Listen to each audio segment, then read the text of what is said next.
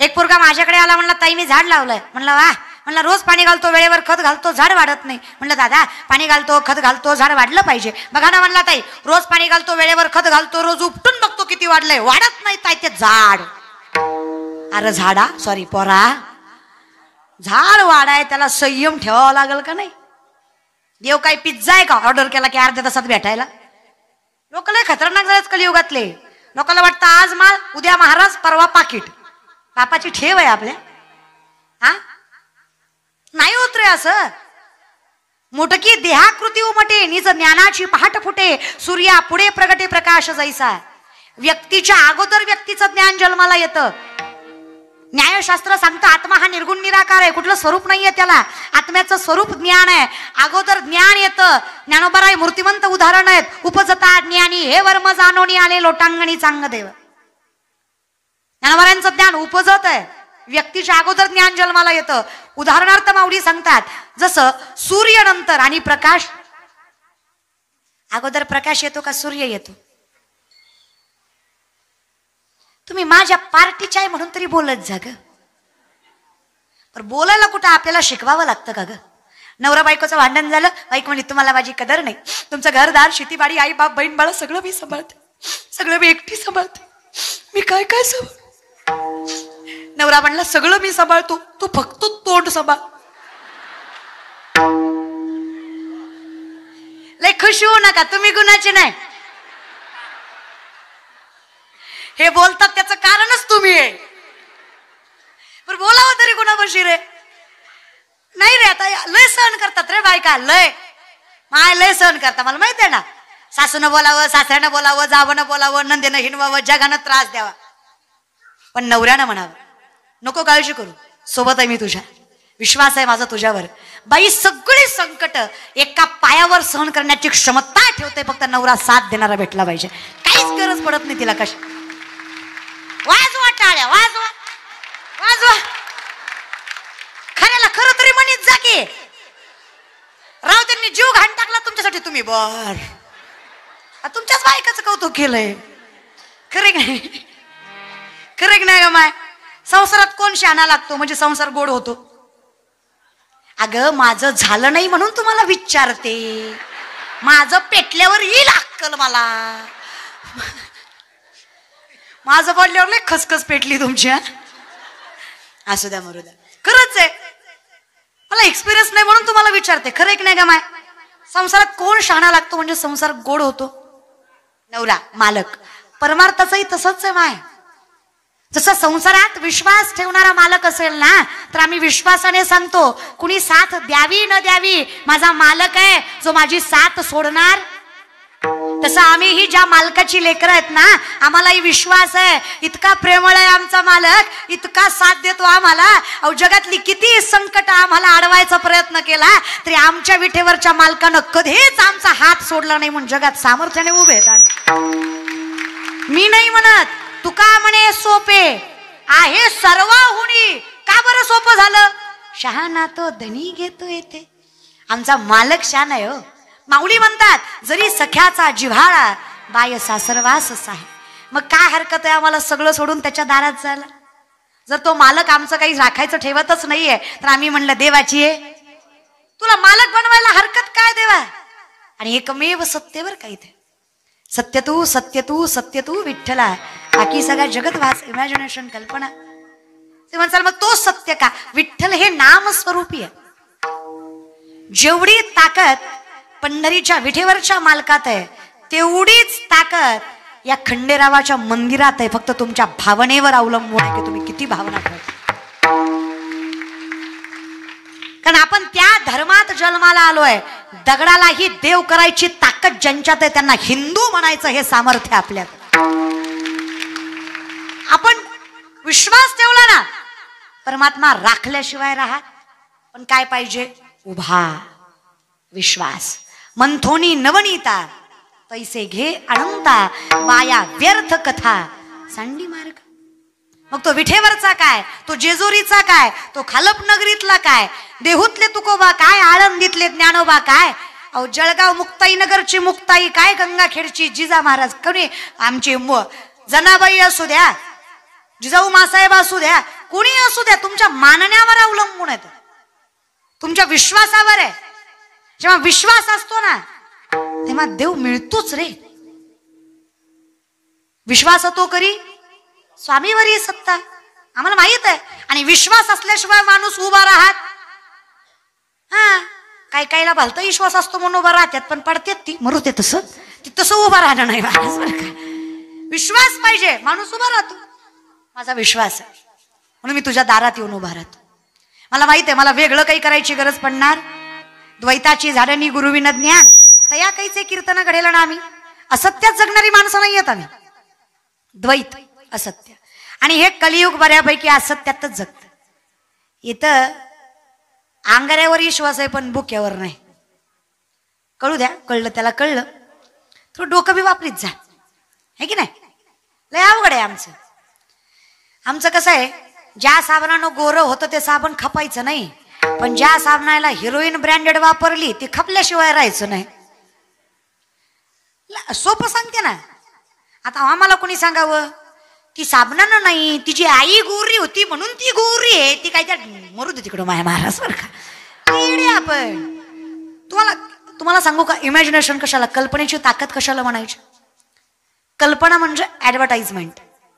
कल्पना म्हणजे काय, ऍडव्हर्टाइजमेंट जे सांगितलं जातं ते खरं असतं का. आपण हे जे प्रसार प्रचाराची माध्यमं ऐकतो ती खरी असतात का.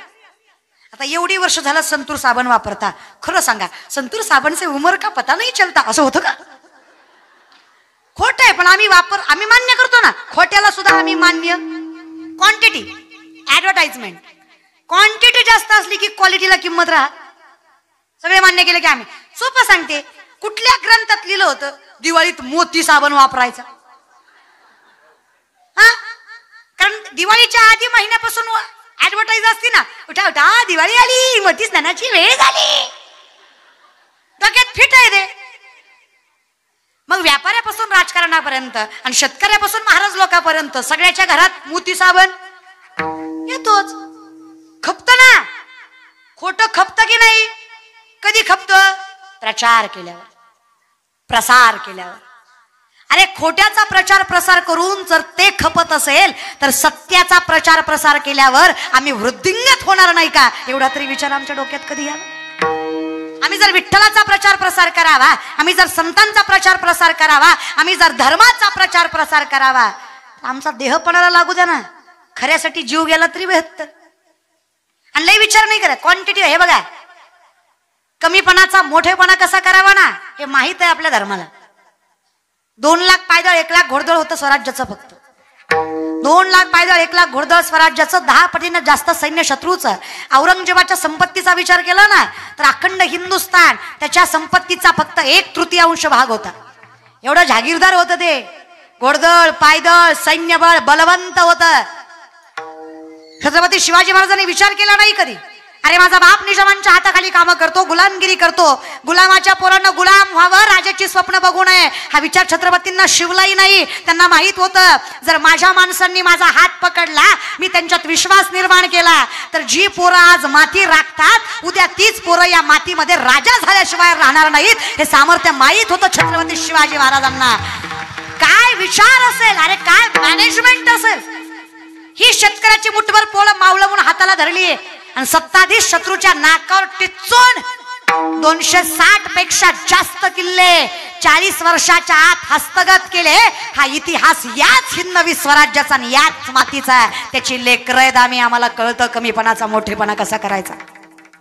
आम्हाला कळतं विकनेसला स्ट्रेंथ कशी बनवायची. काय काय विचार असेल बघा ना. कालही शेतकरी मरत होता, आजही शेतकरी मरतोय, उद्या मरणार नाही याची खात्री द्याल का.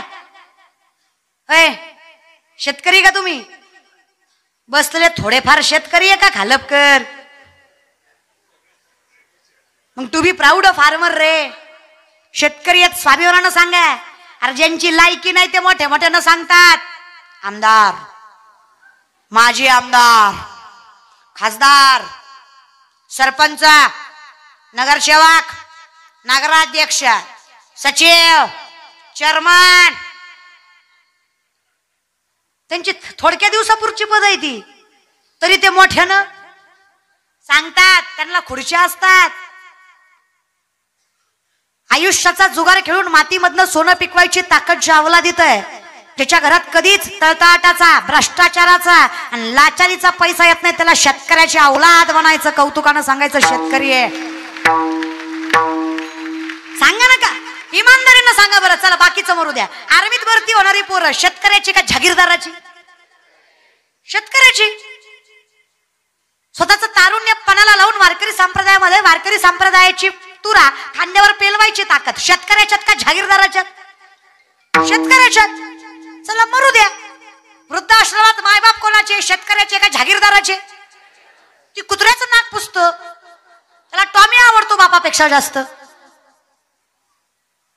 अरे आमचं शेतकऱ्याचं एमपीसी UPC करेल, 8-8, 9-9 तास अभ्यास करेल.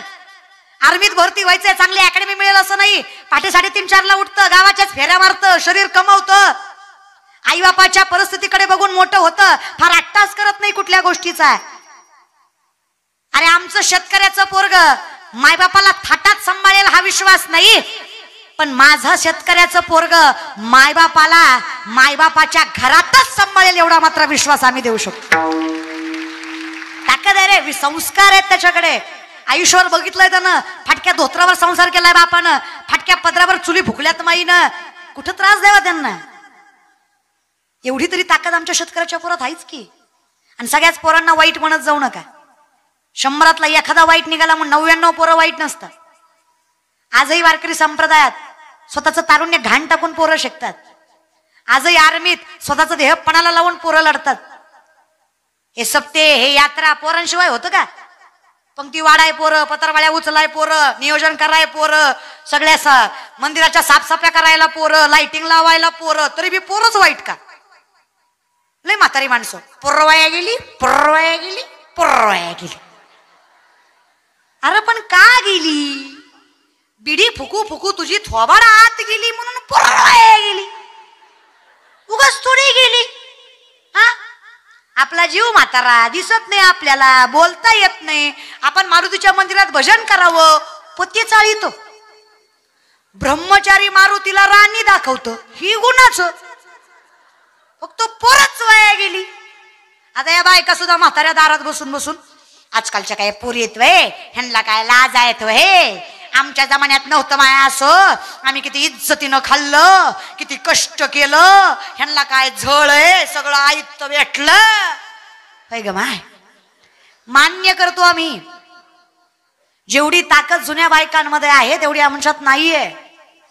तुम्ही जुन्या बायकांनी, तुम्ही जुन्या पुरुषांनी, तुम्ही जुन्या मंडळीनं फार त्याग केला, फार सहन केलं, फार वाईट दिवस काढले, म्हणून आमच्या पदरात वैभव पडलं. हे आम्ही मान्य करावंच लागेल आणि ते मान्य आहे आम्हाला.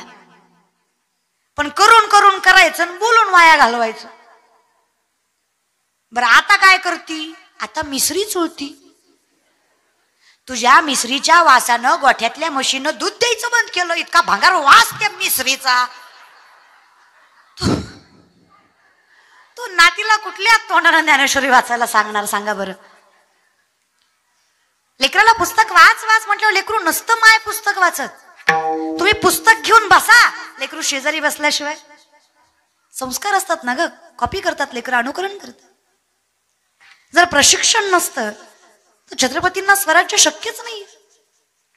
कूस तशी आहे ना ग माय, कूस आहे. धन्य धन्य थोराई